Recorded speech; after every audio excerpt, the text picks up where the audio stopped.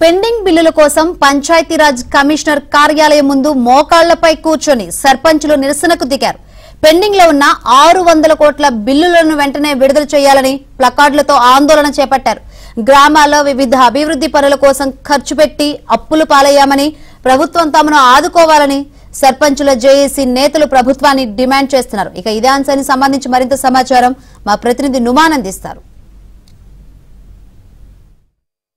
దాదాపు రాష్ట్ర వ్యాప్తంగా ఉన్నటువంటి 12,000 మందికి పైగా సర్పంచులకు బకాయిలు చెల్లించకపోవడంతో అప్పుల పాలై తీవ్ర ఇబ్బందులకు గురవుతున్నారంటూ కూడా ఆందోళన చేస్తున్నటువంటి పరిస్థితి. అందులో భాగంగానే పంచాయతీరాజ్ కమిషనర్ కార్యాలయం ముందు తాజా మాజీ సర్పంచులు పెద్ద ఎత్తున కూడా ఆందోళన చేపట్టినటువంటి పరిస్థితి ఉందని చెప్పవచ్చు. దాదాపు 600 కోట్ల పెండింగ్ బకాయిలు తక్షణమే విడుదల చేయాలంటూ కూడా ఏదైతే ఆందోళన చేస్తున్నటువంటి పరిస్థితి. ప్రస్తుతం మనము చూడొచ్చు, ఏదైతే పంచాయతీరాజ్ కార్యాలయం ముందు ఫ్లకార్డులు పట్టుకొని ఏదైతే నిరసన కార్యక్రమం చేపట్టినటువంటి పరిస్థితి. నల్ల బ్యాడ్జీలతో ఏదైతే తమ పెండింగ్ బిల్లులను తక్షణమే చెల్లించాలంటూ కూడా ఇటు ప్రభుత్వాన్ని డిమాండ్ చేస్తున్నటువంటి పరిస్థితి మనకు కనిపిస్తుంది. ప్రస్తుతం మనతో పాటు మాట్లాడడానికి తెలంగాణ రాష్ట్ర సర్పంచుల సంఘం జాయింట్ యాక్షన్ కమిటీ నేతలు ఉన్నారు, వారితో మాట్లాడదాము.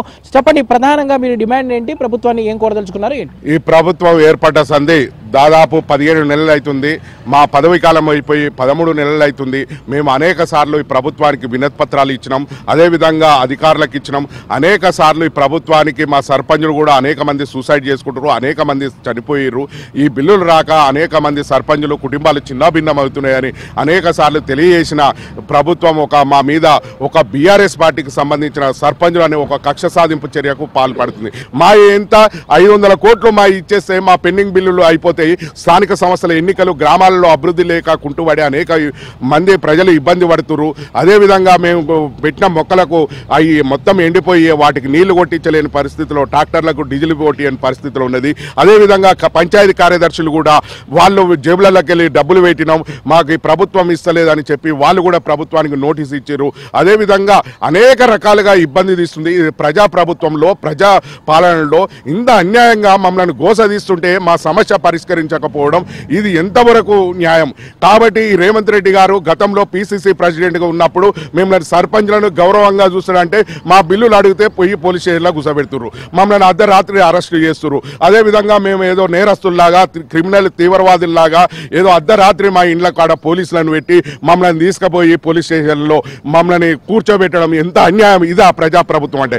ఇది ప్రజాప్రభుత్వం కాదు, ఇది ప్రజాపాలన కాదు. దీనికి విరుద్ధంగా చేస్తున్న పాపిష్ట పాలనలా కనపడుతుంది. అనేక రకాలుగా మన ఊరు మన బడి కార్యక్రమాలు, అనేక రకాలుగా అభివృద్ధి కార్యక్రమాలు చేసినాం. నాటికి ఈయన విరుద్ధంగా, అంటే అప్పుడు అభివృద్ధి చెందిందా, ఇప్పుడు అభివృద్ధి చెందకుండా ఇబ్బందులు పెట్టాలి గ్రామాల్లో ప్రజలను అనేది ఈ ప్రభుత్వం చూస్తుంది. ఈ ప్రభుత్వం ప్రజాప్రభుత్వం అని, ప్రజాపాలన అనే దాని మీద ప్రజలకు విరుద్ధంగా కార్యక్రమాలు నిర్వహిస్తుంది. కానీ ఇటువంటి అనేక రకాలుగా ఇబ్బంది పెడుతున్నారు. మా సర్పంచులము మేము న్యాయంగా అభివృద్ధి చేసిన పనుల పెండింగ్ బిల్లులు మేము ఏమన్నా బ్లాక్ దందాలు అడుగుతలేము. బడా కాంట్రాక్టర్లకు 100 కోట్లేమో వాళ్ళకి ఇస్తున్నారు. మాకు దాదాపు 5 లక్షలు 10 లక్షలు పెండింగ్ ఉన్నాయని ఇప్పటికి ఒక్క రూపాయి ఈ ప్రభుత్వం ఏర్పడి దాదాపు 15 నెలలు అవుతున్నా ఒక్క చిల్లి గవ్వ వేయలేదు.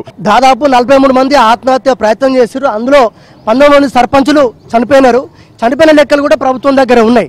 మేమేమంటే ఈ చనిపోయినటువంటి సర్పంచులు ఎవరైతే ఉన్నారో ఇవన్నీ కూడా ప్రభుత్వ హత్యలుగానే పరిగణించుకోవాలి. ఎందుకంటే గ్రామాల్లో అప్పులు తీసుకొచ్చి అభివృద్ధి పనులు చేసినటువంటి సర్పంచులు అధోగతి పాలై చనిపోతున్నారంటే, ఆర్థిక ఇబ్బందులు లేక చనిపోతున్నారంటే దానికి ప్రభుత్వ హత్యలుగా మేము భావించాలి. వారికి తక్షణం వారు రావాల్సినటువంటి ఇన్సూరెన్స్గా వారికి ప్రభుత్వమే కనీసం ఒక 30 లక్షలు ప్రతి కుటుంబానికి 30 లక్షలు ఇచ్చే విధంగా, రాజోటి పెండింగ్ బిల్లుతో పాటు 30 లక్షలు ఇచ్చే విధంగా ప్రభుత్వం ఇవ్వాలని మేము డిమాండ్ చేస్తూ, ఆర్థిక ఇబ్బందులతోటి అధోగతి కాకుండా చూడాల్సిన బాధ్యత కూడా ప్రభుత్వం పైన ఉన్నది. కాబట్టి ప్రభుత్వం ఇప్పటికైనా ఆలోచించి మాకు రావాల్సిన నిధులు మంజూరు చేయాలని చెప్పి కోరుతా ఉన్నాం. రేవంత్ రెడ్డి గారు అనుకుంటే ఒక నిమిషంలో పని అయిపోతుంది. ఎందుకంటే 600 కోట్లు మాకు ఒక నిమిషంలో ఇట్లా టెక్కునంటే అయిపోతుంది. ఎందుకంటే ఆయన ఇవ్వాలనుకుంటే ఇవ్వచ్చు.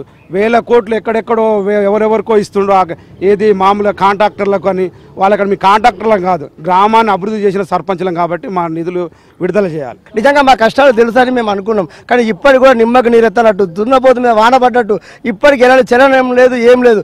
1000 కోట్లు కాంట్రాక్టర్లకు కమిషన్ల మీద ఇస్తున్నారు. కేవలం 600 కోట్లు విడుదల చేస్తే మా సర్పంచులు చాలా సంతోషంగా ఉంటారు. 10ల సంఖ్యలో చనిపోవడం జరిగింది. ఏదైతే ఇటు సర్పంచులు ఆవేదన వ్యక్తం చేస్తున్నారు. దాదాపు 2019 నుంచి 2024 వరకు పెండింగ్ లో ఉన్నటువంటి బిల్లులన్నీ కూడా క్లియర్ చేయాలి. 600 కోట్ల బకాయిలు పెండింగ్ లో ఉన్నాయి. వీటన్నింటినీ కూడా తక్షణమే ప్రభుత్వం విడుదల చేయాలంటూ కూడా ఇటు ఏదైతే పంచాయతీరాజ్ కమిషనర్ కార్యాలయం ముందు పెద్ద ఎత్తున కూడా ఇటు ఆందోళన చేపట్టినటువంటి పరిస్థితి మనకు కనిపిస్తుంది. వీడియో జర్నలిస్ట్ శ్యామ్తో నుమాని ఆంధ్రజ్యోతి, హైదరాబాద్.